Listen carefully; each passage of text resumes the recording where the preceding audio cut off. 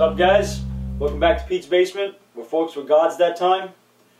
We're here for the 5th episode, seeing what comes out this week, and well, we're kind of minus a few people, as you might know. We're minus one less. Oh man, Sergio went to overtime today.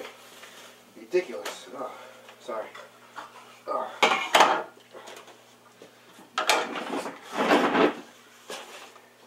There you go.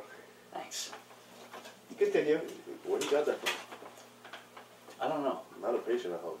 I don't know. I'm kind of glad you brought it though. Well, you say so.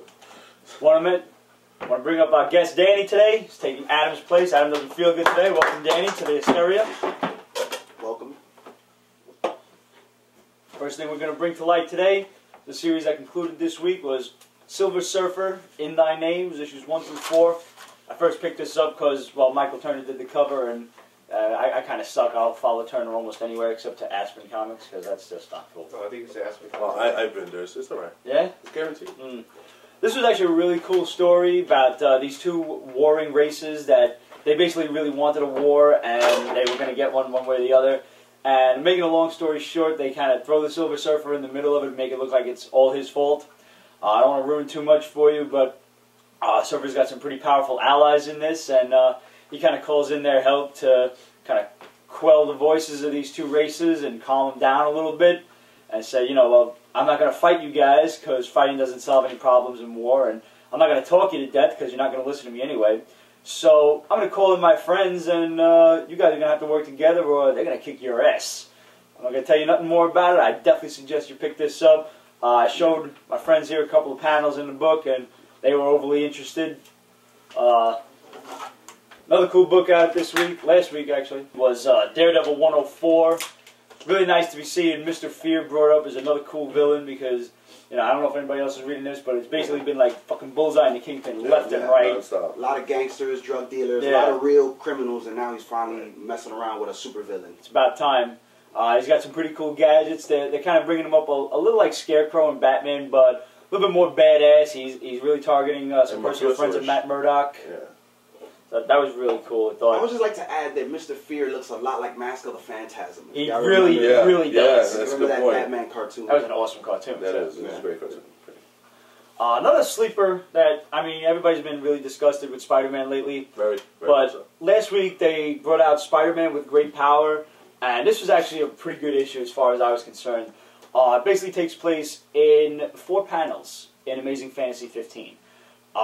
This is basically when Spider-Man gets his powers for the first time, and he's a wrestler still, and he's really living it up. He's enjoying his life, and Uncle Ben is still alive. Like I said, and originally in Fantasy 15, this whole story would have taken up 4 panels. That when Stan Lee wrote it, you were seeing Daily Bugle covers and things, and you know you were alluded to the fact that a lot of time was passing by, but you know they just fast forwarded, and you know in 3 pages Uncle Ben was shot. So you really have no idea.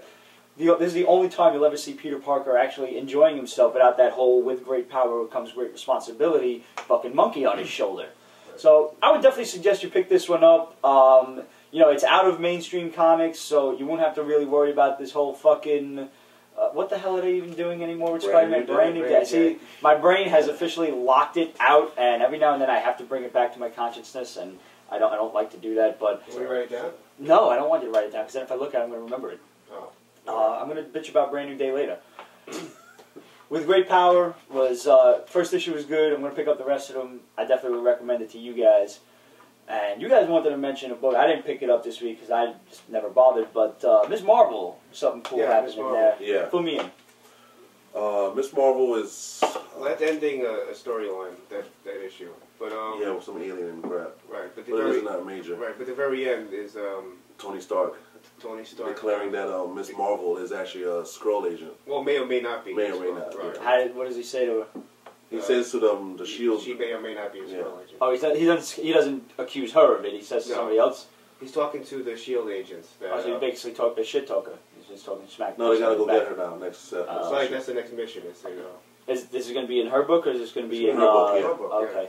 It's going to start a Secret Invasion tie-in. Tie-in. Cool. Because it's coming up in April, isn't it? Secret Invasion.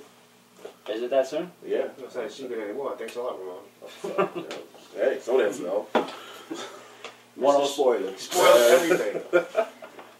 want to bring up another good one. Oh, yeah. Adam brought this one to the light when it first came out. Was the 12, and I had to get the first issue on eBay because I missed it, and stupidly I missed it because this book is so good. It is. It's brilliant.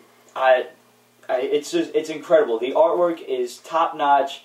The guy really, really has a knack for just pulling the emotion out of a character. You see it in his face when the guy's like crying on the grave, and he comes back after 60, 70 years, and his family's all dead. Yeah. His kids were killed in some place called Vietnam. That was really cool. That they have no idea what happened. When in that the big past guy's history just of America. smashing on the basement trying to get to the Oh yeah, he was totally desperate. Oh man, this is good shit. It's right there next to Captain America. Captain Definitely. America and 12 was just good stuff. Great character Seems to work. be something about these like 1940s characters. That, Stick with the hey, they're doing old them right. Stuff, yeah, it's just good stuff. I'll tell you one thing that they're not doing right, and I got it here somewhere on the bottom, was Ultimates 3, number 2. No, thank God. Now, it's only 6 issues. 3 number 2? Ultimates 3, Volume 3. Volume 3, number 2. Volume For those of you with Steve-isms out there, thank you. The artwork is good. I like Joe Mad's take on it. The coloring tends to be a little haphazard. I think it's a little too busy. Yeah, I like it. Quite busy. The story's cool. I just have one problem, and that is Thor's Uru hammer is the same as it is in the Marvel Universe. Now, if you've been a fan of the Ultimates, as I have, for the past 3 to 4 years or so, that the line has been out. I don't even know how long it's been. Thor's had a fucking hammer with, it looks like just a giant fucking hammer. Like, it's got the pike on the end. It actually looks a lot like Better Ray Bills or whatever. Yeah, exactly. it's a lot like Better Ray Bill style. Except it's not gold. Yeah. Except it's not gold. And all of a sudden, with no explanation, he's got his hammer. His old, puny little hammer. And the way Joe Mad draws, I really would have liked to see him draw the bigger hammer. Yeah, that because was cool. it looks like he's holding just, like you and I would just pick up a fucking hammer to hit a nail. It's so little in his hand, it's not covering it. And there it is. Yeah, I gotta bring this one. I gotta do this. Newest issue of Brand New Day. It's like right up there with Countdown, guys. Oh yes, that's great. Countdown sucks, and this is just as bad. Well, now it's DB. Check out the Daily Bugle DB with an exclamation point. Or double penetration. Or double penetration. That's how you feel like, because there's just 2 fucking nails going right into both ears. That's what they fucking do. They said they should have DB and a Just to defend it a little bit, I was mad that it restarted everything. I kind of got used to the fact that he had organic webbing and everything. But now that he went back to the web shooters, I kind of like the little, the little. Oh, I'm really pleased to see the web shooters back. I really like that. It makes him smarter. They changed it because and it gives him more, something else to do. Like he don't got money now, and now he goes to like the whole issue with like no web shooters because since the last issue he ran out and he hasn't been able to replace it. No, you're right. So it adds a little more conflict into his, I into his whole definitely world, enjoy that. and that's actually good. I just wish they would have not made him a fucking, like, he's got to be 27 at this point in, like, comics time, even though he's, like, 60 in real world time. But, he's once again struggling. I can't afford the ingredients for my web shooters. Come on, dude. You're not in high school anymore. Get a fucking job. Go to McDonald's and get a fucking job. working at the DB. But barely. Again, he's barely working. Again, they said it. You also got to think about it. If this man was working at McDonald's, and let's say an explosion happened downtown, is he just going to leave his job to like? Well, it is only McDonald's. Because those fries, if you leave those fries like burning in the. So they do it all the time. So anyway. you think about it. Spider-Man will be constantly getting new jobs and only getting 1 paycheck for each job because right after his first paycheck, he's fired. And he's supposed to be like so smart. You think he'd be smarter than that? That irks me. He's like super brilliant. He can create this fucking webbing that's unbelievable. But you would think he could figure out how to, how to do it homemade style or something. Right, yeah, Tony Stark's rich. Reed Richards rich. He's broke. Maybe he should take a page from Catwoman's book and maybe smooch off a little bit of the money of the thugs he beats up. Yeah, that would.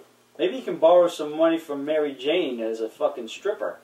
I don't know what. Check out the pop-ups that are coming up right now. Right. And this little part of my.